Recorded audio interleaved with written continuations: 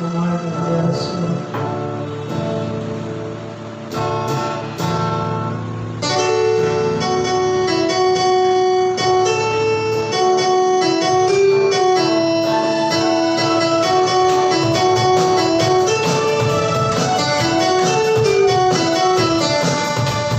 I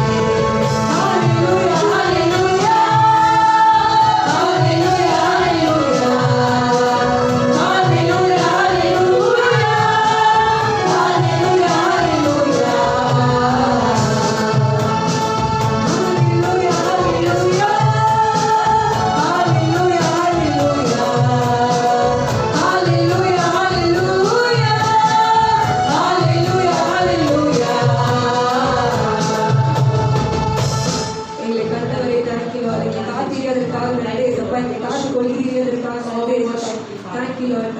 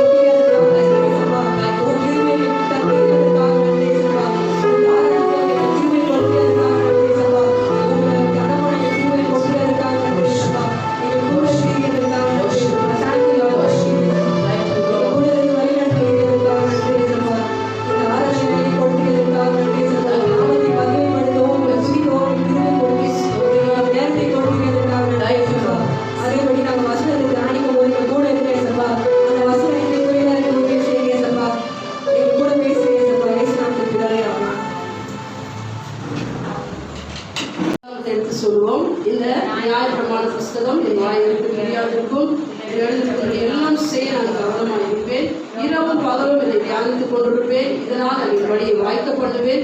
இதனால் நான் புத்திமானாய் நடந்து கொள்வேன். என்னை பலப்படுத்துகிற கிறிஸ்துவினாலே எல்லாவற்றையும் செய்ய எனக்கு பலன் உண்டு. ஏனெனில் இந்த உலகில் அவரை விட என்னில் இருப்பவர் மிகவும் பெரியவர். அல்லேலூயா. கர்த்தர் மிகவும் பெரியவர். அவர் சீக்கிரமாய் வரப்போகிறவர். சீக்கிரமாய் வரார். ஏன்னா அவருடைய வார்த்தையில நான் பிறந்த நாட்கள்ல இருந்து நான் கேள்விப்பட்டு தான் இருக்கிறேன். அவர் சீக்கிரமா வரார், சீக்கிரமா வரார். ஆனால் இன்னும் சீக்கிரம் வரல. ஆனால் அவருடைய வார்த்தையில சொல்லப்பட்டிருக்கிறது அவர் வெகு சீக்கிரத்தில் வர போகிறார். அதனால நம்ம இந்த உலகத்துல எதை ஆயத்தப்படுத்துகிறோமோ இல்லையோ நம்முடைய ஆத்மாவை அவருக்காய் ஆயத்தத்தோடு வைத்துக் கொள்வோம். ஒரு செட் ஆஃப் பீப்புளை நான் ஆயத்தப்படுத்துறனோ இல்லையோ அது செகண்டரி. என்னுடைய ஆத்மாவை அவருடைய வருகைக்காக நான் என்ன பண்ணணும்? ஆயத்தப்படுத்தணும். அப்போ நான் ஆயத்தப்படுத்தணும்னா அவருடைய வார்த்தைக்குள்ளாய் நான் ஒவ்வொரு நாளும் கடந்து போய் நான் பலப்பட வேண்டும். அல்லேலூயா. சோ இன்றைக்கு நம்ம பார்க்க போகிற காரியம் boast in the Lord.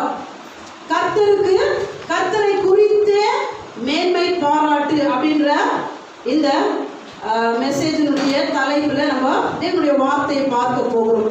கர்த்தரை குறித்தே மேன்மை பாராட்டு, boast in the Lord. So ஒரு மனுஷனை நம்ம போஸ்ட் பண்ணணும், பாராட்டணும் அப்படின்னு சொன்னா ஃபர்ஸ்ட் அந்த நபரை பற்றி நமக்கு சரியாய் தெரிந்திருக்க வேண்டும். அவங்க யாரு, எப்படி, ஸோ அவர்களோடு கூட பழகி இருக்க வேண்டும். அப்படியே கொஞ்சம் முன்னாடி வரதுன்னா வாங்க, பின்னாடி பார்க்க முடியல, இன்னொரு 2 சேர் எடுத்து போடுங்க. ஸோ கர்த்தரை நம்ம முதலாவது சரியாய் புரிந்து தெரிந்து அறிந்து இருந்தாதான் அவரை என்ன பண்ண முடியும்னா போஸ்ட் பண்ண முடியும். ஒரு மனுஷனை நான் மேன்மை பாராட்டுறேன் அப்படின்னா பார்த்த அடுத்த செகண்ட்ல நான் என்ன பண்ண முடியாது, அந்த நபரை பற்றி நான் போஸ்ட் பண்ண முடியாது. ஆனா நான் என்ன பண்ணணும் அப்படின்னு சொன்னா ஒவ்வொரு நாளும் அந்த நபரோடு கூட வாழ்ந்திருந்தா எனக்கு அந்த நபருடைய எல்லா காரியங்களும் நான் புரிந்திருக்க எனக்கு வாய்ப்பு இருக்கிறது. ஸோ 1 கொரிந்தியர் 1ஆம் அதிகாரம் 30ஆம் வசனத்துல எழுதப்பட்டிருக்கு. 1 கொரிந்தியர் 1ஆம் அதிகாரம் 30ஆம் வசனம். பைபிளை எடுத்துட்டு வந்துங்க, கண்டிப்பா திறந்து பாருங்க. அந்தபடி நீங்கள் அவராலே கிறிஸ்து இயேசுவுக்கு உட்பட்டு இருக்கிறீர்கள். எழுதியிருக்கிறபடி மேன்மை பாராட்டுகிறவன் கர்த்தரை குறித்தே மேன்மை பாராட்டத்தக்கதாக. சோ மேன்மை பாராட்டுகிறவன் என்ன செய்யணுமா? கர்த்தரை குறித்தே மேன்மை பாராட்ட வேண்டும். He who glorifies, he who boasts, let him glory in the Lord. இல்ல let him boast. அப்போ இங்க சொல்லப்பட்டிருக்கிறது மேன்மை பாராட்டுகிறவர். அதுக்கு முன்பதாக என்ன வசனம் சொல்லப்பட்டிருக்கு? மாம்சமான எவனும் இல்ல, அதே வசனத்தை ஃபர்ஸ்ட் வாசிங்க. அந்தபடி நீங்கள் அவராலே கிறிஸ்து இயேசுவுக்கு உட்பட்டு இருக்கிறீர்கள். நீங்க அவராலே கிறிஸ்து இயேசுவுக்குள் உட்பட்டு இருக்கிறோம். சோ இன்றைக்கு நாம் யாரால உட்பட்டு இருக்கிறோம் அப்படின்னா அவராலே நாம உட்பட்டு இருக்கிறோம். அதனால நம்ம என்ன பண்ணணுமா, மேன்மை பாராட்டணும்னா நான் எப்படி இருக்கிறேன், என் தோற்றம் எப்படி இருக்கு, நான் எவ்வளவு ஸ்டைலா இருக்கிறேன், எனக்கு எவ்வளவு பணம் இருக்கு, நான் எவ்வளவு உயர்ந்து இருக்கிறேன், நான் எவ்வளவு அச்சீவ் பண்ணிருக்கிறேன் அப்படின்றதுல நான் மேன்மை பாராட்டுறபடிக்கு அவருடைய வேதத்தை குறித்ததான, அவரை குறித்ததான, அவருடைய சத்தியத்தை குறித்ததான காரியங்களை நான் புரிந்து அவரை அறிந்து நான் மேன்மை பாராட்ட வேண்டும் என்று. அதே 2 கொரிந்தியர் 10ஆம் அதிகாரம் 17ஆம் வசனத்தை நீங்க வாசிங்க.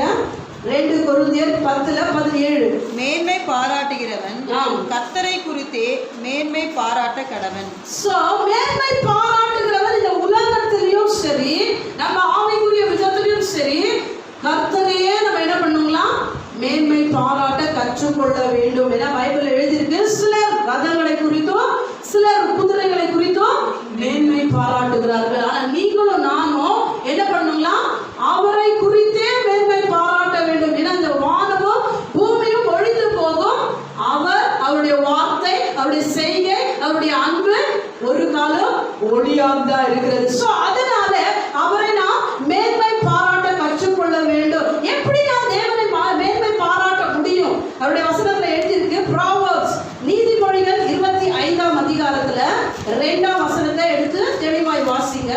நீதிமொழிகள் ப்ராவர்ப்ஸ் 25:2. காரியத்தை மறைப்பது தேவனுக்கு மேன்மை, காரியத்தை ஆராய்வதோ ராஜாக்களுக்கு மேன்மை. காரியத்தை மறைப்பதோ யாருக்கு மேன்மை? தேவனுக்கு மேன்மை. ஆனா அத ஆராய்வது யாருக்கு மேன்மையா இருக்கு? ராஜாக்கள். யார் அந்த ராஜாக்கள்? பைபிள்ல சொல்லப்பட்டிருக்குது, உங்களையும் என்னையும் ராஜாக்களாக, லேவியராக, ஆசாரியர்களாக அவர் நம்மளை அழைச்சிருக்கிறாரு. அவர் நம்மளை தெரிந்து கொண்டிருக்கிறாரு. சோ காரியத்தை மறைப்பது தேவனுக்கு மேன்மையா இருக்கிறது.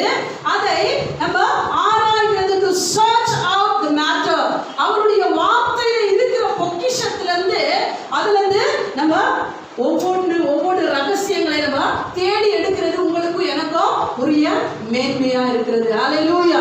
நம்ம வேலைக்கு போறோம், போகிற இடத்துல அவங்க கொடுத்த வேலையை மட்டும் செஞ்சுட்டு நம்ம வரல. அப்படி இருந்தா நம்ம என்ன பண்ண மாட்டோம்? வாழ்க்கையில எந்த விதத்திலையும் வளர மாட்டோம். நேரா போறது, அப்படியே உட்கார்ந்து, அப்படியே டைப் படிக்கிறது, அப்படியே வர்றதுன்னா எந்த விதத்துல என்னுடைய வாழ்க்கை, என்னுடைய மைண்ட், என்னுடைய சிந்தனை அது மெச்சூர்ட் ஆகாது. எல்லாவற்றையும் நம்ம என்ன பண்றோம்? ஒரு வேலைக்கு தான் போறோம், ஆனா அநேக காரியங்களை அங்க கற்றுக்கொள்ளுகிறோம். சோ உலகத்திற்கே இந்த அறிவு உங்களுக்கும் எனக்கும் தேவைப்படும் பொழுது கர்த்தரை அறிகிற அறிவு என்னை நித்தியத்திற்கு கொண்டு செல்லும். சோ அந்த அறிவு நமக்கு அதிகமாய் தேவைப்படுகிறது. சோ இங்க சொல்லப்பட்டிருக்கிறது, இந்த காரியத்தை மறைக்கிறது தேவனுக்கு மேன்மையா இருக்கிறது. சோ சத்தியத்துல நம்ம ஆராய்ந்து அறியும் பொழுது, எல்லாரும் எடுத்துக்கொள்ளுங்க, லூக்கா 15ஆம் அதிகாரம், லூக்கா 15ஆம் அதிகாரம். அதுல எத்தனை ஓமை இருக்குன்னு மட்டும் சொல்லுங்களேன் பார்க்கலாம். லூக்கா 15ஆம் அதிகாரம்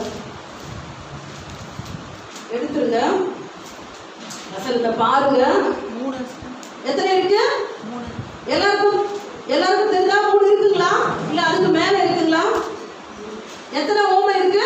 parables, 3 parables இருக்கு அந்த இடத்துல. எத்தனை parable? 3. என்னென்ன parable? காணாமல் போன ஆடு, ஊதாரி மகன், 10 என்ன காயின்? சில்வர் காயின், வெள்ளி காசு. 10 வெள்ளி காசு காணாம போன, 10 காசு, 10 வெள்ளி காசு, அதுல ஒண்ணு காணாம போனது. அதுக்கப்புறம் 3வது ஊதாரி மகன். சோ இந்த 3 காரியங்கள். சோ இதெல்லாம் அநேக தடவை நம்ம பிரசங்கித்திருக்கிறோம், கேள்விப்பட்டிருக்கிறோம், அநேக சண்டே கிளாஸ்ல கேட்டிருக்கிறோம். ஆனா இன்னைக்கு கேட்கிற விதம் கொஞ்சம் வித்தியாசமா இருக்கும். நம்முடைய சிந்தையை கொஞ்சம் யோசிக்க வைக்கிறதா இருக்கும். இங்க நம்ம பார்க்கிறோம் 15ஆம் அதிகாரத்துல 1-2 வசனம் மட்டும் வாசிங்க. சகல ஆயக்காரரும் பாவிகளும் அவருடைய வசனங்களை கேட்கும்படி அவரிடத்தில் வந்து சேர்ந்தார்கள். யாரெல்லாம் வந்தாங்களா? tax collectors and sinners drew near to him to hear him. Next. அப்பொழுது பரிசேயரும் வேத பாரகரும் முறுமுறுத்து, இவர் பாவிகளை ஏற்றுக்கொண்டு அவர்களோட சாப்பிடுகிறார் என்றார்கள். இந்த குற்றம் யாருக்கு விரோதமா? இயேசு கிறிஸ்துவுக்கு விரோதமா. சோ இந்த 2 வசனத்தை எக்ஸ்பிளைன் பண்ண இந்த 3 parables, இந்த 3 ஓமையை இயேசு கிறிஸ்து இந்த இடத்துல பேசுகிறார். இந்த 2 வசனத்தை எக்ஸ்பிளைன் பண்ண, அதை விவரிச்சு அவங்களுக்கு வெளிப்படுத்த, இந்த சம்பவத்தை என்ன அப்படின்றத வெளிப்படுத்த இந்த 3 parable இயேசு கிறிஸ்து இந்த இடத்துல சொல்லி இருக்கிறார் அப்படின்றத இன்னைக்கு நம்ம பார்க்க போகிறோம். ஏன்னா இந்த இடத்துல சொல்லப்பட்டிருக்கிற டாக்ஸ் கலெக்டர்ஸா இருந்தாலும், இந்த இடத்துல சொல்லப்பட்டிருக்கிற சின்னர்ஸா இருந்தாலும், பாரிசீஸா இருந்தாலும், ஸ்கிரைப்ஸா இருந்தாலும், இவங்க எல்லாம் யாரு அப்படின்னு நம்ம பார்த்தோம்னா, இவங்க எல்லாம் பாவிகள் அப்படின்னு சொல்ற புறஜாதிகள் அல்ல. இவங்க எல்லாம் யாரா இருக்கிறாங்கன்னா எல்லாருமே யூதர்கள். இவங்க எல்லாருமே யூதர்கள் தான். ஆனா யூதருக்கு நேரா என்ன பண்றாங்க? ஒரு கோபம், ஒரு எரிச்சல். இவன் அவனை பார்த்து பரிசேயரும் அந்த இடத்துல சொல்லப்பட்டிருக்கு. ஸ்கிரைப்ஸ்னா யாரு? வேத பாரகர்களா? ஆயக்காரர். சோ அங்க பரிசேயரும் ஆயக்காரரும் என்ன பண்றான்? இயேசுவுக்கு விரோதமாய், கிறிஸ்துவுக்கு விரோதமாய் பார்த்து இவர் யார் கூட எல்லாம் சாப்பிடுறாரு? ஒரு பாவிகளோட, டாக்ஸ் கலெக்டர்ஸோட என்ன பண்றாரு? இவர் கலந்து சாப்பிட்டு இவர் உறவாடுகிறார். சோ அவங்க யாருன்னா அவங்களும் யூதர் தான், இவங்க யாருன்னா இவங்களும் யூதர்கள் தான். சோ இந்த காரியத்தை, இந்த சம்பவத்தை இயேசு கிறிஸ்து இந்த இடத்துல ரொம்ப தெளிவுபடுத்த ஆசைப்படுறார் இந்த ஜனங்களிடத்துல. இப்போ நம்மள போல, நம்மெல்லாம் யாருன்னா நம்ம எல்லாம் புறஜாதிகள். அவங்க எல்லாம் யார் அப்படின்னு சொன்னா அவங்க எல்லாம் யூதர்கள். யூதர்கள் தான். சோ இப்படிப்பட்ட யூதர்களை பைபிள்ல சொல்லப்பட்டிருக்கிறது. ரோமர் 1:16 ரட்சிப்பு முதலாவது யாருக்கு? யூதர்களுக்கு, அதுக்கப்புறம் கிரேக்கர்களுக்கு, அதுக்கப்புறம் தான் அங்க சொல்லப்பட்டிருக்கு first for Jews and then for Greeks அப்படினா Gentiles எல்லாம் மற்ற எல்லாருக்காகவும். அதற்காகவே இயேசு கிறிஸ்து என்ன பண்ணாரு? உன்னதத்தை விட்டு இந்த பூமிக்கு வந்தாரு. சோ நீங்க குறிச்சுக்கங்க, நீங்க உங்களுக்கு எடுத்து டக்குன்னு படிக்க முடியல எழுதிக்கீங்க. ரோமர் 1:16 அப்படின்னு சொல்லி அங்க எழுதிக்கீங்க. இன்னொன்று மத்தேயு 20:28 சொல்லப்பட்டிருக்கிறது. அவர் யூதர்களுக்கு என்ன செய்ய வந்தார் அப்படின்னா he came to serve. அவர் அடிமையின் ரூபத்தை எடுத்து அவர் அப்படியே அவங்களை சர்வ் பண்ணார். வீட்டுல வந்து கிச்சன்ல சமைக்க வந்தார், பாத்திரம் கழுவ வந்தார் இல்ல. அவர் எதுக்கு வந்தாரு? சத்தியத்தை தெளிவாய் போதித்து அவர்களுக்கு அவர் யார் என்பதை வெளிப்படுத்தி அவர்களுடைய பாவங்களுக்கு தக்கதாக அவர்களுக்கு செய்யாமலும் அவருடைய அக்கிரமங்களுக்கு தக்கதாக அவர்களுக்கு சரி கட்டாமலும் அவர்களுக்காக என்ன பண்ணாரு?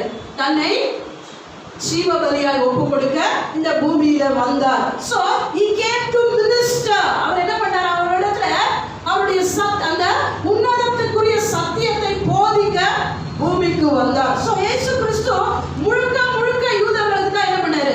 சத்தியத்தை பேசினார். ஆனா பவுல் எப்படி பயன்படுத்தினாரு?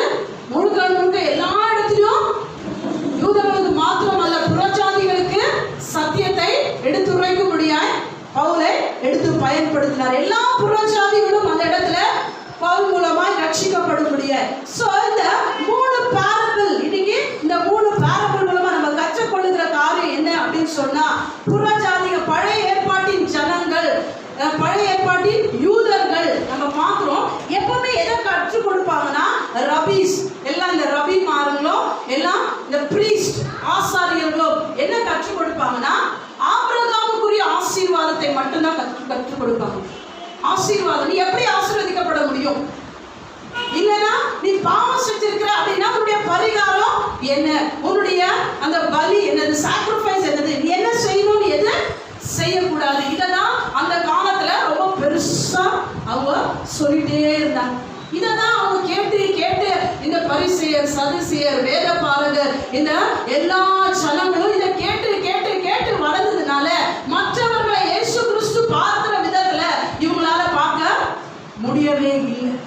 சோ அப்போ இயேசு கிறிஸ்துவை நம்ம பார்க்கிற விதம் எப்படியா இருக்கும்? அவர்கள் பார்க்கிற விதத்துல தான் நம்மளும் பார்ப்போம். ஏன்னா நமக்கு என்ன இல்லை? சத்தியத்தை அறிகிற அறிவு இல்லை. அப்ப நம்ம எப்படி அவரை போஸ்ட் பண்ண முடியும்? அவரை எப்படி கனப்படுத்த முடியும்? அவருடைய நற்கிரியைகள் என்ன, அவர் எப்படி நன்மை செய்கிறவராய் சுற்றி திரிந்தார் அப்படின்றத நம்ம புரிந்து கொள்ளல அப்படின்னா அவரை எப்படி நான் மேன்மை பாராட்ட முடியும்? அல்லேலூயா. ஒருவரை மேன்மை பாராட்ட வேண்டும் அப்படின்னா அவரை முழுக்க நான் அறிந்திருக்க வேண்டும். சோ இந்த இடத்துல நம்ம பார்க்கிறோம், இயேசு கிறிஸ்து அவர் பிரசங்கித்த அந்த காலத்துல என்ன பிரசங்கித்தார் சொல்லுங்களேன் பார்க்கலாம். என்ன பிரசங்கித்தார் இயேசு? இந்த உலகத்துல வந்து ஒவ்வொரு இடத்திலும் அவர் பிரசங்கிக்கும் பொழுது தேவனுடைய ராஜ்யத்தை குறித்ததான சத்தியத்தை மட்டும்தான் சொன்னார். என்ன சொன்னாரு? தேவனுடைய ராஜ்யத்தை குறித்ததான சத்தியத்தை சொன்னாரு. ஒவ்வொரு மனுஷனும் மனம் திரும்ப வேண்டும் என்று அவர் அந்த இடத்துல பிரசங்கித்தார். சோ அவர் செய்த எல்லாவற்றையும் பார்க்கும் பொழுது மன திரும்புதல் ஏற்ற காரியங்கள், பாவ மன்னிப்புக்கு ஏற்ற எல்லா வாசல்களை அவர் அன்றைக்கு திறந்து காட்டினார். சோ அவர் சொன்னாரு, இதெல்லாம் நீ செய்யும் பொழுது என்னோடு கூட நீ நடக்கலாம். என்னோடு கூட நீ நடக்கும் பொழுது நான் யார் அப்படின்றத நீ தெளிவாய் புரிந்து கொள்ளலாம். நீ தெளிவாய் புரிஞ்சுக்கினாதான் என்னை மட்டும் நீ என்ன பண்ண முடியும்? போஸ்ட் பண்ண முடியும். என்னை மட்டும் மேன்மை பாராட்ட முடியும். சோ அவரை மட்டும் நான் மேன்மை பாராட்டணும்னா அவரை நான் என்ன பண்ணும்? அதிகமாய் அறிந்திருக்க வேண்டும். கலாத்தியர் 4:4-5 சொல்லப்பட்டிருக்கிறது. கலாத்தியர் 4:4-5. நாம் புத்திர ஸ்வீகாரத்தை அடையும்படி நியாய பிரமாணத்திற்கு கீழ்ப்பட்டவர்களை மீட்டுக் கொள்ளத்தக்கதாக காலம் நிறைவேறின போது ஸ்ரீயினிடத்தில் பிறந்தவரும் நியாய பிரமாணத்திற்கு கீழானவருமாகிய தம்முடைய குமாரனை தேவன் அனுப்பினார். யார் அனுப்பினாரு? இயேசு கிறிஸ்து நம்ம யாவரையும் தன்னுடைய புத்திர சுவிகாரத்திற்குள்ளாய் வழிநடத்தும்படியாய் நம்மள அவர் இந்த நியாய பிரமாணத்திற்கு உட்பட்ட எல்லாவற்றிலும் அவர் என்ன பண்ணாரு? அவர் நுழைந்து, அவர் எல்லாவற்றையும் ஏற்றுக்கொண்டு, அவர் எல்லாவற்றையும் செய்து, அவர் என்ன பண்ணாரு? இந்த உலகத்துல உங்களுக்காக எனக்காக மரிக்கவே அவர் பிறந்திருக்கிறார். சோ அவருடைய வார்த்தை இங்க என்ன சொல்லப்பட்டிருக்கிறது அப்படின்னு சொன்னா, அவருக்குள்ளே when we indwell, அவருக்குள்ளே நாம் வாசமா இருக்கும் பொழுது, கொலோசியர் 2ஆம் அதிகாரம் 6ஆம் வசனத்துல சொல்லப்பட்டிருக்கிறது. இப்படிப்பட்ட கிறிஸ்துவுக்குள்ளே நாம் என்ன பண்ணணுமா? அவருக்குள்ளே நாம் வாசமா இருக்கும் பொழுது, இன்னைக்கு எங்கெல்லாம் வசிக்கிறோம், எங்கெல்லாம் வாழ்றோம், எங்கெல்லாம் போறோம், இதெல்லாம் செய்யறோம், ஆனா கிறிஸ்துவுக்குள்ளே நாம் வாசம் பண்ணும் பொழுது, அவருக்குள்ளே அவருடைய மறைவிடத்துல யோசிச்சு பாருங்க. இந்த கொரோனா வைரஸ் வந்துச்சு, எந்த ஒரு மனுஷனும் என்ன பண்ண முடியல, தேவனை தவிர யாராலையும் அதை தடுத்து நிறுத்த முடியவே முடியாது. யோசிச்சு பாருங்க, திடீர்னு நம்ம ஒரு கை வெட்டிக்கிறோம், ஏதோ வலி, ஏதோ வேதனை வந்துச்சு, அதுக்கு மருந்து கொடுத்து அதை சரிப்படுத்த ஒரு ட்ரை மட்டும் டாக்டர்ஸ்ல பண்ண முடியும். அந்த பெயின் அப்படியே தீக்கி போடவோ, இவ்வளோ பெரிய புயல் காற்று அடிச்சிச்சு, அவைகளெல்லாம் நிறுத்தவோ யாராலும் முடியாது. இயற்கை கிட்ட விளையாட இல்ல அதுகிட்ட கட்டளையிட இப்ப நம்ம இந்த உலகத்துல பார்க்குற எத்தனையோ கவர்மெண்ட்ஸ் என்னென்னமோ பண்ணுது, ஆனா இயற்கையை எதையோ யாராலையும் தொட முடியாது. உன்னதத்தின் தேவன் உங்களையும் என்னையும் படைத்தவர், வானம் பூமி உண்டாக்கினவர், அவராலே அவருடைய வார்த்தையினாலே மட்டும்தான் அவைகள் சாத்தியமா இருக்கிறது. ஹல்லேலூயா. சோ அந்த தேவன் நீங்க என்ன சொல்றாருன்னா, if you indwell, கிறிஸ்துவுக்குள்ளே நீ வாழும் பொழுது, கொலோசியர் 2ஆம் அதிகாரம் 6ஆம் வசனத்தை வாசிங்க. ஆகையால் நீங்கள் கர்த்தராகிய கிறிஸ்து இயேசுவை ஏற்றுக்கொண்டபடியே அவருக்குள் வேர் கொண்டவர்களாகவும், என்ன பண்ணுங்களா?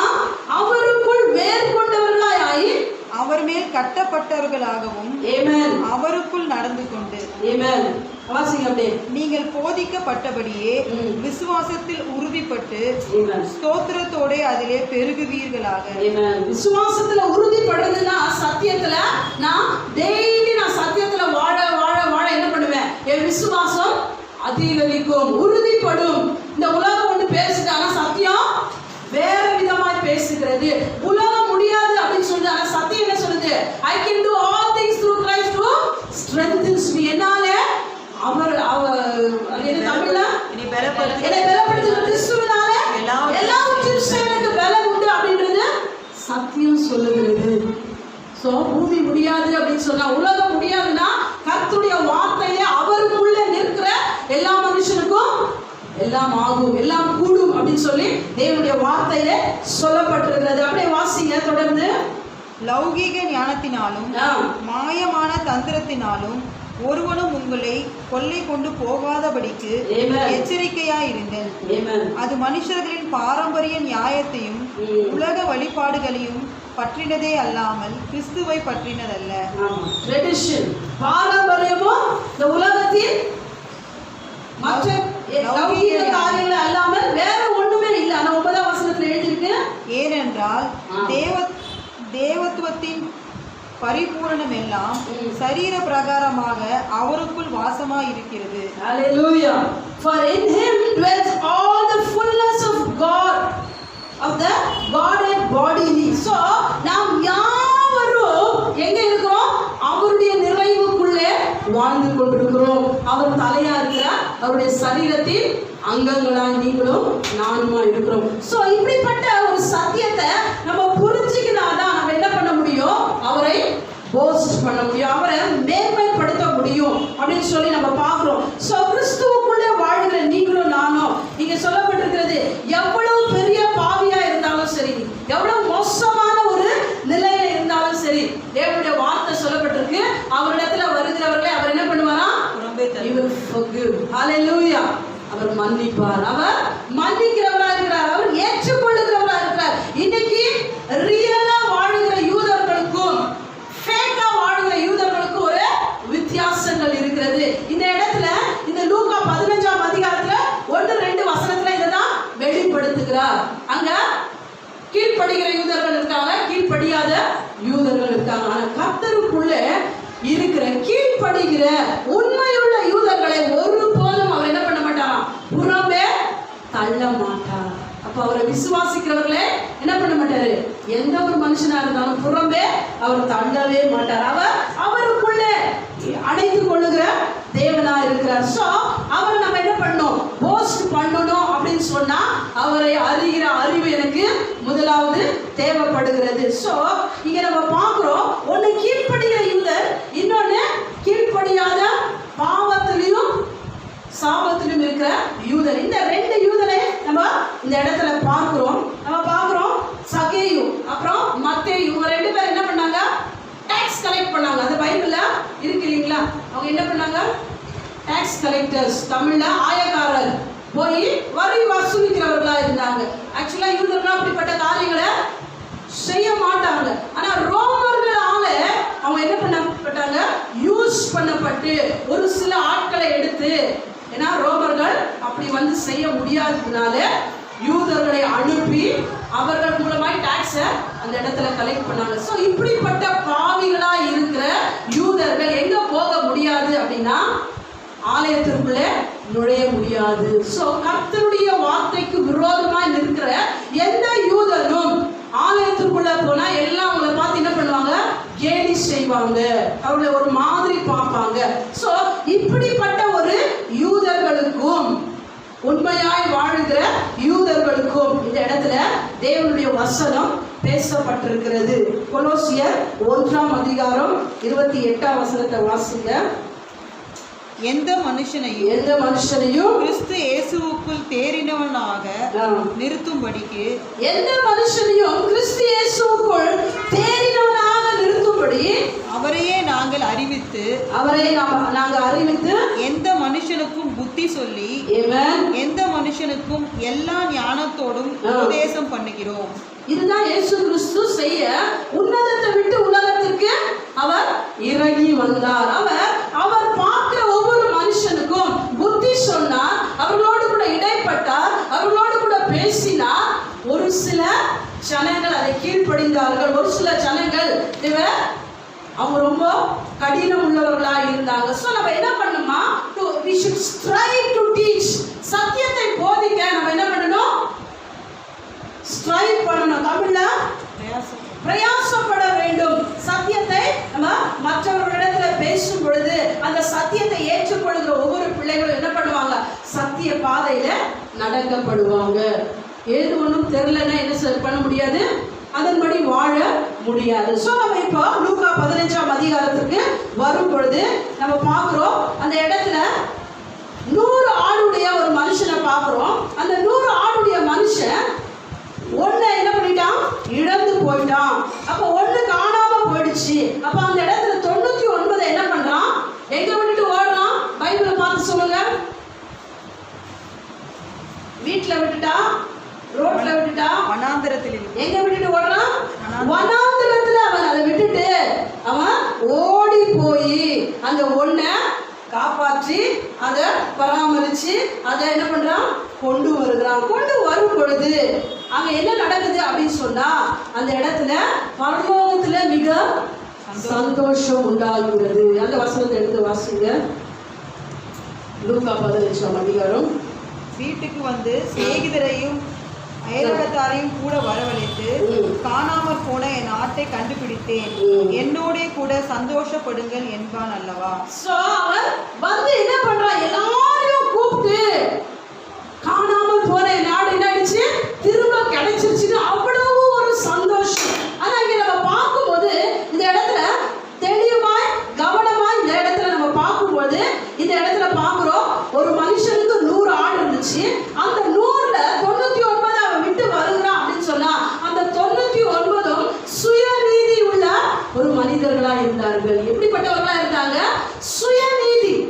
அவர்கள் தேவ நீதியில வாழல. எந்த நீதியில வாழ்ந்தாங்க, நாங்கெல்லாம் ஓகே, நாங்கெல்லாம் எந்த விதத்திலும் மாறதுக்கு எங்களுக்கு ஏதோ தேவைப்படாது, எந்த சத்தியமும் எந்த வார்த்தைகளும் யாருடைய கைடன்ஸும் யாருடைய நீதிகளும் எனக்கு வேண்டாம் அப்படின்னு சொல்ற 99 விட்டு எனக்கு ஹெல்ப் ஹெல்ப் ஹெல்ப் அப்படின்னு யாரெல்லாம் உதவி கேட்கிறாங்களோ அப்படிப்பட்ட ஆடை தேடி இயேசு கிறிஸ்து அந்த அந்த இடத்துல போய் அதை எடுத்து அதை என்ன பண்ணாரு, அதை அதனுடைய முட்கள் அது எந்த இடத்துல எந்த பள்ளத்துல எந்த ஒரு மோசமான இடத்துல இருக்கோ அதை எடுத்து அதை சீர்படுத்தி அதை பராமரித்து அதை சரியாய் பாதுகாப்போடு அவர் வைத்தார். ஸோ இதை வாசிக்கும் பொழுது இந்த இடத்துல என்ன சொல்லப்பட்டிருக்கு உண்மையாகவே அப்படின்னு சொன்னா, ஏதேன் தோட்டத்தில் ஆதாம் ஏவாள் தேவனோடு கூட இசைந்திருந்த அவருடைய வாழ்க்கையுடைய ஒவ்வொரு நாளும் எப்படி இருந்துச்சு, கர்த்தரோடு கூட ரொம்ப சமாதானமாய் சந்தோஷமா இருந்த அவருடைய வாழ்க்கை எந்த இடத்துல அவர்கள் தள்ளப்பட்டாங்க, வனாந்திரத்துல. எல்லா முற்பிதாக்களும் அந்த நாட்கள்ல ஆதாம் ஏவாள் செய்த தவறின் நிமித்தம் எல்லாரும் வனாந்திரத்துல அவர்கள் வந்து நிற்கப்பட்டாங்க. அதுதான் இந்த இடத்துல வெளிப்படுத்துகிறார். அப்போ அப்படிப்பட்ட ஆடுகளை பார்த்து அந்த இடத்துல நிறைய ஆடு என்னாச்சு அந்த காலத்துல அப்படியே இறந்து போச்சு. எத்தனையோ இஸ்ரேல் ஜனங்க அன்றைக்கு வருகிற வனாந்திரத்துல வரும்போது அநேக செத்து போனாங்க. ஏன்னா தேவனுடைய வார்த்தைக்கு கீழ்ப்படியாமல் போனது நிமித்தம். ஆனா ஒரு சிலர் என்ன பண்ணாங்க, ரட்சிக்கப்பட்டாங்க. சோ வனாந்திரத்துல இருக்கிறவர்களை இப்ப தேவன் என்ன பண்றார் அப்படின்னு சொன்னா, அதுக்கு அடுத்ததா நம்ம வாசிக்கும் பொழுது அந்த இடத்துல என்ன பார்க்கிறோம், 8ல இருந்து 10ஆம் வசனம் வரைக்கும் ஒரு ஸ்திரீ, அந்த ஸ்திரீக்கு என்ன இருக்கு, 10 வெள்ளி காசு கொடுக்குறாங்க. அந்த 10 வெள்ளி காசுல ஒண்ணு அவ தொலைச்சிட்டு அவ வீடெல்லாம் கிளீன் பண்ணி அவ எடுக்கும் பொழுது அதுல அவ என்ன பண்றா, சந்தோஷப்படுறா. அவனுடைய எல்லா அயலார்களை கூப்பிட்டு ஃப்ரெண்ட்ஸ்களை கூப்பிட்டு நான் தொலைச்சிட்டேன், ஆனா இப்ப என்ன ஆயிடுச்சு, கண்டுபிடிச்சிட்டேன். சோ இது எதை வெளிப்படுத்துகிறது அப்படின்னு சொன்னா, இந்த வனாந்திரத்துல இருந்த ஜனங்களே, காணாமல் போன ஆடுகளே இயேசு கிறிஸ்து தேவனாகிய கர்த்தர் என்ன பண்ணாரா, வீட்டுக்கு கொண்டு வந்தார். He brought them home from wilderness ல இருந்து வீட்டுக்கு கொண்டு வந்தார். சோ வீட்ல இருக்கிற இப்ப நம்மளோடு கூட அவர் இடைப்படுகிறார், நம்மளோடு கூட பேசிக் கொண்டிருக்கிறார், நம்மளை அவருடைய வார்த்தையினால தேற்றுகிறார். இப்படிப்பட்ட நம்மளுக்கு கையில கொடுத்திருக்கிற இந்த வெள்ளி காசை போன்ற தேவனுடைய ஜீவனுள்ள வார்த்தைகளை அவருடைய மனவாட்டிகளை தேடி இந்த பூமிக்கு வரும் பொழுது எப்பவுமே 111 அப்படி 110 அப்படின்னு சொன்னா ஆபிரகாமின் ஆசீர்வாதம் அப்படின்றதுக்கு அர்த்தம். 110னா எபிரேயர்ல ஆபிரகாமின் ஆசீர்வாதம். அந்த ஜீரோக்கு வேல்யூ இல்ல, அப்ப என்ன ஆகுது, 11. அப்போ மனவாட்டிகளை தேடி வந்த அவர் அந்த வெள்ளி காசை எப்படி தேடி கண்டுபிடிச்சதோ அங்க என்ன ஆகுது, ரொம்ப சந்தோஷம். அப்படியாய் வீட்டுல இருக்கிற ஒவ்வொரு ஜனங்களையும் என்ன பண்றாரு, அவர் ரட்சிக்கும்படியாய் வெளியில இருந்து கொண்டு வந்து எங்க கொண்டு வராரு, வீட்டுக்கு கொண்டு வராரு. இப்போ வீட்டுல என்ன பண்றாரு, எல்லா ஜனங்களையும் ரட்சிக்கிறாரு. இது ஆக்சுவலா என்னன்னா, நம்ம நிறைய கதைகளை எப்படி கேட்டிருக்கிறோம். ஒரு வர்ஜின் கண்ணீர் பெண்ணு, அதுக்கிட்ட 10 காயின் கொடுப்பாங்க. அவர் இயேசு கிறிஸ்து வர வரைக்கும் இல்லை மணவாளன் வர வரைக்கும் கெட்டியா பிடிச்சிக்கணும், ரொம்ப பத்திரமா பார்த்துக்கணும். அது ஒண்ணு காணாம போனா கூட அவர் திருமணத்துக்கு தகுதி இல்லை. இப்படிதான் இந்த கதை வரும். ஆனா அது இல்லை, இவன் வர்ஜின் இல்லை. இந்த இடத்துல நீங்களும் நானும் என்ன இல்லை, நம்ம பாவிகளாக இருக்கிறோம். நம்ம தேவனுடைய வார்த்தைகளை இல்லாம சத்தியம் அறியாதவர்களாக இருக்கிறோம். ஸோ இப்படிப்பட்ட ஜனங்களை அவர் தேடி வந்து அவர்களை மீட்டெடுக்கும் பொழுது அவர்களை வீட்டில் என்ன பண்றாரு, பத்திரப்படுத்துகிறார். அவரை ஃபர்ஸ்ட் எங்க எடுத்துட்டு வராரு, வனாந்திரத்திலிருந்து கொண்டு வராரு. இப்ப எங்க வைக்கிறாரு, வீட்டுல வைத்து அவர்களை பராமரிக்கிறார். அந்த லாஸ்ட் காயின் மாதிரி எப்படி அந்த வெள்ளி காசு காணாம போச்சு, அப்படிப்பட்ட நீங்களும் நானும் தேவனுடைய பிள்ளைகள் யூதர்கள் அப்படியே காணாம போன அந்த ஒரு ஜனங்களை அவர் ரட்சித்து அவர்களை கொண்டு வந்து இப்ப என்ன பண்றாரு அப்படின்னு சொன்னா, இந்த வனாந்திரத்துல இருக்கிறவர்களை வீட்டுக்கு கொண்டு வர்றாரு. வீட்டுல இருந்து அவர்களை குடும்பமாக்குறாரு. அல்லேலூயா. குடும்பமாக்குறது தான் இயேசு கிறிஸ்து உன்னதத்தை விட்டு உலகத்துக்கு வந்தாரு. அல்லேலூயா. ஏன்னா நம்ம வீட்டுல நிறைய பேர் வரலாம் போலாம் இல்லைங்களா, ஆனா குடும்பம் அப்படின்னு சொல்லும் பொழுது அங்க ஒரு தகப்பன், தாய், அப்பா, அம்மா, இல்ல ஒரு ஹஸ்பண்ட் அண்ட் ஒய்ஃப், அவங்களுக்கு பிள்ளைங்க, இது என்ன இருக்கு, இட்ஸ் a family. சோ அந்த குடும்பமாய் நிற்க வைக்கும்படியாய் இயேசு கிறிஸ்து என்ன பண்றாரு, இந்த ஓமைகளை இப்படியாய் சொல்லப்படுகிறது. நம்ம இங்க பார்க்கிறோம், நீங்களும் நானும் இந்த இடத்துல எங்க நிக்கிறோம்னா எந்த இடத்துலயும் நிக்கிறோம். முழுக்க முழுக்க யாருக்கு சொல்லப்பட்டிருக்கு, யூதர்களுக்கு சொல்லப்பட்டிருக்கிறது. எப்படிப்பட்ட யூதர்களுக்கு, அவங்க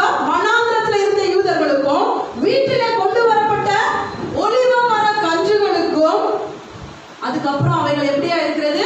குடும்பமாய் மாற்றப்படுகிற அப்படிப்பட்ட யூதர்களுக்கு சொல்லப்படுகிறது. நம்ம இந்த இடத்துல நம்ம நீங்களும் நானும் எங்க இருக்கிறோம் அப்படின்னு சொன்னா, நம்ம காட்டு ஒளிவ மரம் எங்க இருக்கிறோம்? காட்டுல அப்படியே வைல்டா வளர்ந்துட்டு இருக்கிறோம். தலை இல்ல, கால் இல்ல, அவங்களுக்கு எஜமான் இல்ல, பாஸ் இல்ல, நான் தான் ராஜா, நான் தான் மந்திரி, நான் தான் எல்லாமே. அப்படிப்பட்ட அப்படியே இஷ்டத்துக்கு வளருது.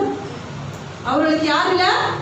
ஒரு மேய்ப்பர் இல்ல, ஒரு ராஜா இல்ல, ஒரு வழிகாட்டி இல்லவே இல்லை. அப்படிப்பட்ட ஒரு ஆட்களை, அப்படிப்பட்ட ஒரு கிளையை வெட்டி எங்க கொண்டு வருவார்? இந்த சொந்தமான இந்த ஒளிவ மரத்திற்குள்ளாய் அவர் கொண்டு வருவார். ஆனா அதற்கு முன்பதாக அவர் என்ன பண்றாரு? ஃபர்ஸ்ட் யூதர்களே யாவருக்கும் அவர் ஒரு வழியை வகுக்கிறார், ஒவ்வொருக்கும் பாதையை அமைக்கிறார். அவர்கள் திரும்ப வீட்டுக்கு வர முடியாது. வீட்டுல இருந்து திரும்ப அவங்க எங்க வரணும்? ஃபர்ஸ்ட் ஆதாம் செஞ்ச தவறின் நிமித்தம் இரண்டாவது ஆதாம் ஆகிய இயேசு கிறிஸ்து அவைகளை எல்லாவற்றையும் முழுமைப்படுத்தும்படியாக, அல்லேலூயா, இயேசு கிறிஸ்து எல்லாவற்றையும் to seek and save, எல்லாவற்றையும் கண்டுபிடித்து அவைகளை ரட்சிக்கும்படியாய் அவர் இந்த பூமிக்கு வருகிறார். 1 கொரிந்தியர் 15ஆம் அதிகாரம் 43ஆம் வசனத்தை எடுத்துக்கங்க. 1 கொரிந்தியர் 13:15.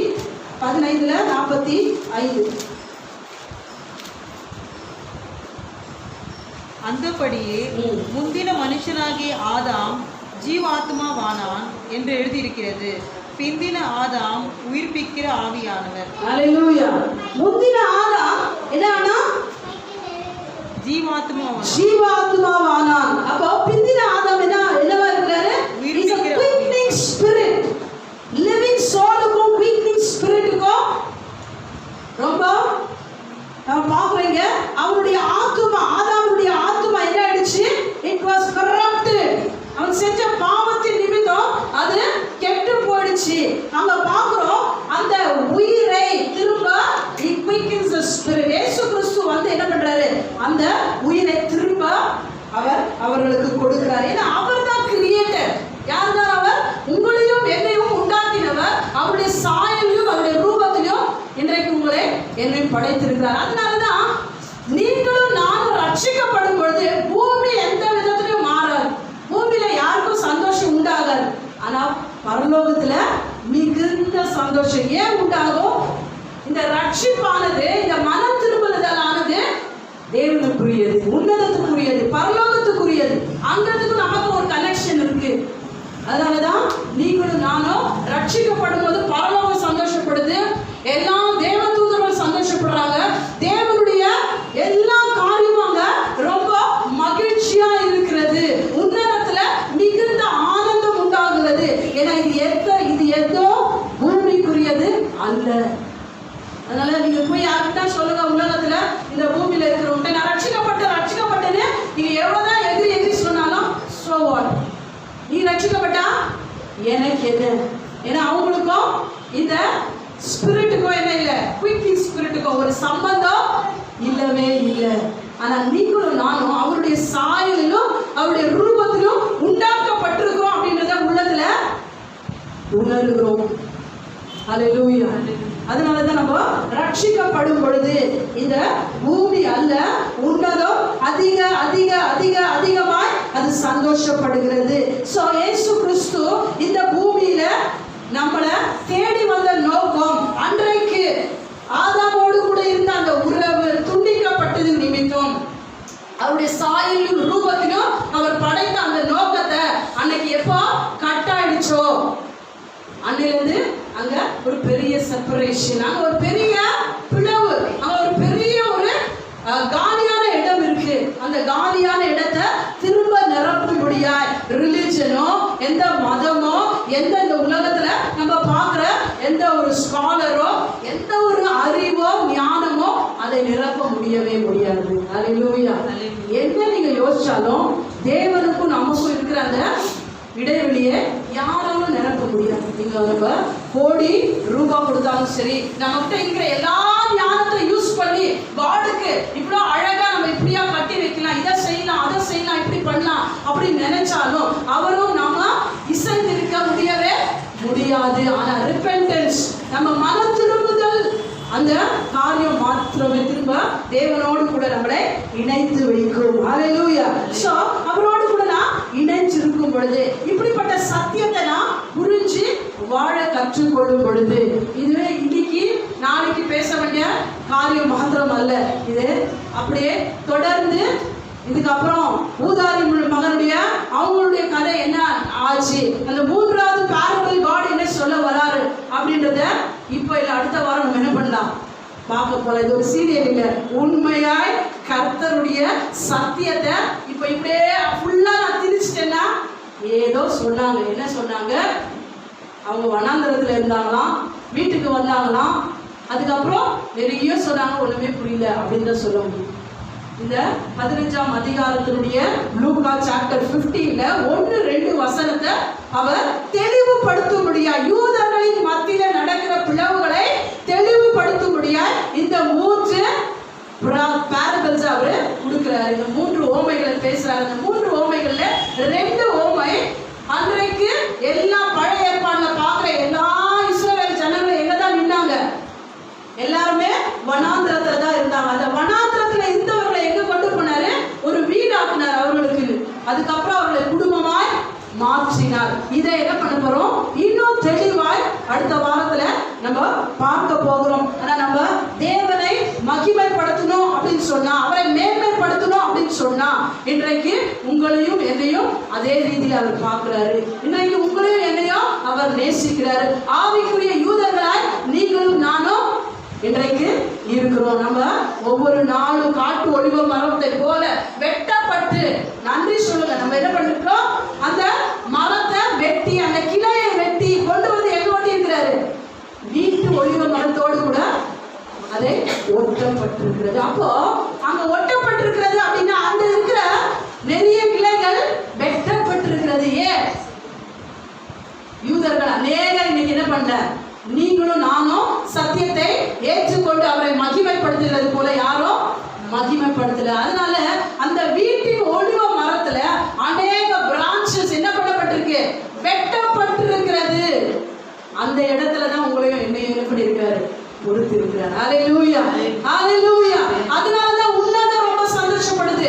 இன்றைக்கு உலகம் சந்தோஷப்படுதோ இல்லையோ, உன்னதத்தில் இருக்கிற ஜனங்கள் எல்லாருமே சந்தோஷப்படுறாங்க. பரலோகம் மகிழ்ச்சி அடைகிறது. அதனாலதான் சொல்லப்பட்டிருக்கிறது, 100 ஆட்டுல ஒரு ஆடு மனம் திரும்பினா, ஒரு மனுஷன் மனம் திரும்பினா பரலோக ராஜ்யம் மிகுந்த சந்தோஷப்படுகிறது. ஏன் அப்படின்னு சொன்னா, இவ்வளோ ஜனங்கள் இந்த உலகத்துல இருக்கையில் நீங்களும் நானும் பரலோகத்துக்கு போறோம் அப்படின்னா, அந்த ஆடை பத்தி கர்த்தர் கவலையே இல்லை. எந்த ஆடெல்லாம் அவரை நோக்கி பார்க்குதோ, எந்த ஆடெல்லாம் எப்பவுமே அவரிடத்துல ஹெல்ப்புக்கு அவருடைய சந்நிதியில நிற்குதோ, அவருடைய பிரசனத்துல, அவருடைய பாதத்துல நம்ம அமர்ந்திருக்கிறோமோ, அப்படிப்பட்ட ஆட்டுக்கு தான் என்ன பண்றாரு? அவருடைய செவியை சாய்க்கிறார். அதனால தான் அவருடைய வசனத்துல சொல்லப்பட்டிருக்கிறது, அவருடைய ஆட்டினுடைய சத்தத்தை யார் கேட்கிறாரு? அந்த ஆட்டின் மேய்ப்பன் தான் கேட்க முடியும். அந்த ஆட்டுக்காக ஜீவனே கொடுக்கிறார். அவ்வளவு பெரிய தேவனா இருக்கிறார். சோ இன்றைக்கு இந்த தேவனுடைய சத்தியத்தின்படி நம்ம மனம் திரும்பினவர்களாய், அவருடைய சாயலிலும் அவருடைய ரூபத்திலும் நம்ம என்ன பண்ணப்பட்டிருக்கிறோம்?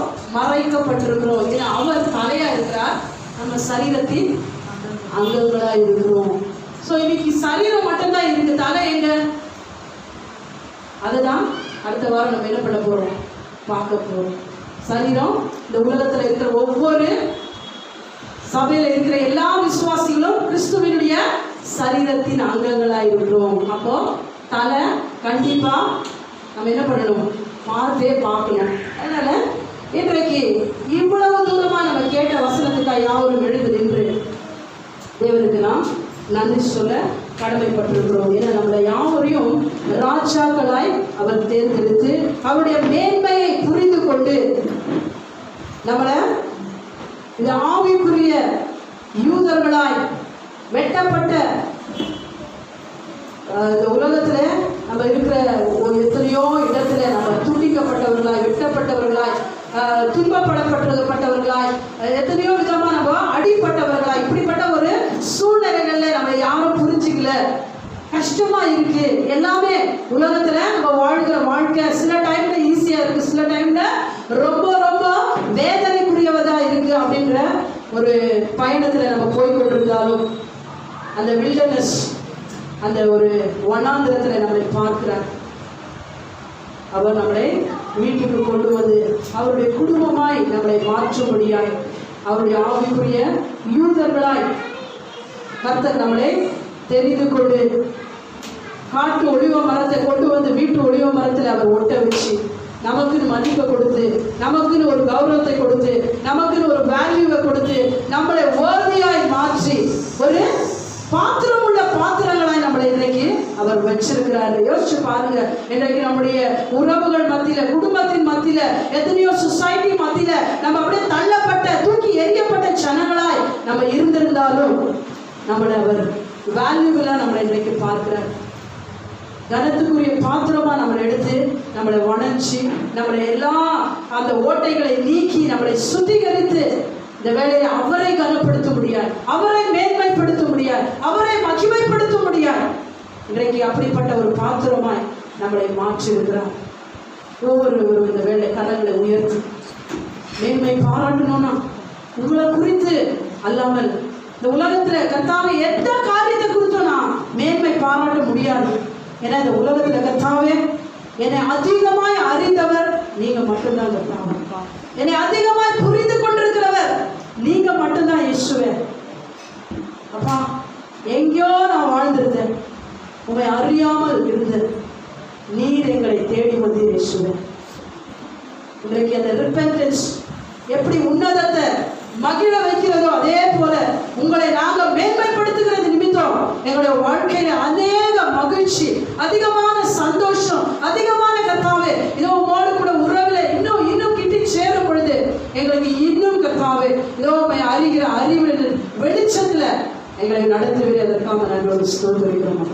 வந்த எந்த பிள்ளைகளும் ஏசப்பா இது எனக்கு புரியல, ஏதோ சொன்னாங்க அப்படின்ற கர்த்தாவே இந்த உணர்வுல போகாதபடிக்கு இங்க இருக்கிற ஒவ்வொரு பிள்ளைகளும் உடைய சத்தியத்தை எடுத்து செல்லுகிறவர்களா அப்பா, அந்த கர்த்தாவே 99 ஆடு அல்ல, அந்த ஒரு ஆட்டை போல இன்றைக்கு யாரெல்லாம் அந்த சத்தியத்திற்கு கீழ்ப்படிந்தவர்களாக இருக்கிறார்களோ அவர்களை தேடி அவர்களை ரட்சித்து இந்த வனாந்திரத்திலிருந்து நீர் கொண்டு வருகிறது போல எங்களை கொண்டு வந்திருக்கிறீர் என்ற உணர்வோடு கூட நான் இந்த இடத்துல இருந்து செல்ல வீட்டில் கர்த்தாவே இருந்த அந்த 10 வெள்ளிக்காசு, ஒரு வெள்ளிக்காசு காணாம போன அந்த ஒரு கர்த்தாவை சூழ்நிலையே அப்பா அது திரும்ப கிடைக்கும் பொழுது எவ்வளவோ சந்தோஷம் இருக்கிறது போல நாங்கள் ரிப்பெண்டன்ஸ் எங்களை கர்த்தாவை நாங்கள் மனம் திரும்பும் பொழுது எங்களுக்கு வருகிற அந்த ஒரு சந்தோஷம், எங்களுக்கு இருக்கிற அந்த சமாதானம், அந்த உலகத்து கர்த்தாவை எவ்வளவு பணம் காசு கொடுத்தாலும் அது ஈடு இணைய ஆகாது கர்த்தாவே. அப்படிப்பட்ட ஒரு கர்த்தாவை உன்னதத்துக்குரிய உறவில எங்களை இணைச்சிருக்கிறீங்கன்ற கர்த்தாவை உணர்வோடு கூட இந்த உலகத்தை விட்டு அப்பா இந்த கர்த்தாவே நாங்கள் ஒவ்வொரு நாளும் அப்பா இந்த உலகத்துல வாழ எங்களுடைய ஒவ்வொரு வாழ்க்கையும் நாங்கள் கர்த்தா மற்றவர்களை பார்க்கும் பொழுது நாங்கள் நினைக்கணும் இந்த உலகத்தினுடைய சிட்டிசன்ஷிப் நான் இல்லை, நான் பரலோகத்துக்குரிய சிட்டிசன்ஷிப் என்று கர்த்தாவை புரிந்து கொண்டவர்களாய் உலகம் என்னை பார்த்து சிரிக்கும், உன்னதம் என்னை பார்த்து ரொம்ப மகிழ்ச்சி அடைகிறது, சந்தோஷப்படுது, தேவன் என் மேல பிரியப்படுகிறார் என்ற அப்படிப்பட்ட கர்த்தாவே உணர்வோடு கூட ஒவ்வொரு நாளும் வாழ எங்களை அர்ப்பணிக்கிறோம். நீர் எங்களுடைய தலையா இருக்கிறீர், நாங்களுடைய சரீரத்தில் அங்கங்களா இருக்கிறோம் கர்த்தாவே. உங்களுடைய சாயலில நாங்கள் படைக்கப்பட்டிருக்கிறதை நாங்கள் கர்த்தாவே இந்த நாளிலே அறிந்து உணர்ந்து அப்பா அந்த சாயலுக்கு ஒப்பான கிரியைகளை நாங்கள் நடப்பிக்க எங்களை அர்ப்பணிக்கிறோம். இயேசு கிறிஸ்து நாமத்தினாலே ஜெபிக்கிறோம் எங்கள் நல்ல பிதாவே. என் ஆத்துமாவை கர்த்தரை ஸ்தோத்திரி, என் முழுமையோட பரிசு நாமத்தை ஸ்தோத்திரி, என் ஆத்துமாவை கர்த்தரை ஸ்தோத்திரி, கர்த்தர் செய்த சகல உபகாரங்கள் ஒரு நாளும் மறவாதே. ஆமென். கர்த்தருடைய ஆசீர்வாதங்கள் சாப்பிடுவர், கர்த்தர் தம்முடைய முகத்தை உங்களுடைய பிரகாசிக்க பண்ணி உங்களுடைய கிருபையா இருக்க கடவர், கர்த்தர் தம்முடைய முகத்தை உங்களுடைய பிரசனமாக்கி வந்திருக்கிற ஒவ்வொரு குடும்பங்களுக்கும் உங்களுடைய சமாதானத்தை அளவில்லாமல் கட்டளையிட கடவர் இயேசுவின் நாமத்தினாலே. ஆமென்.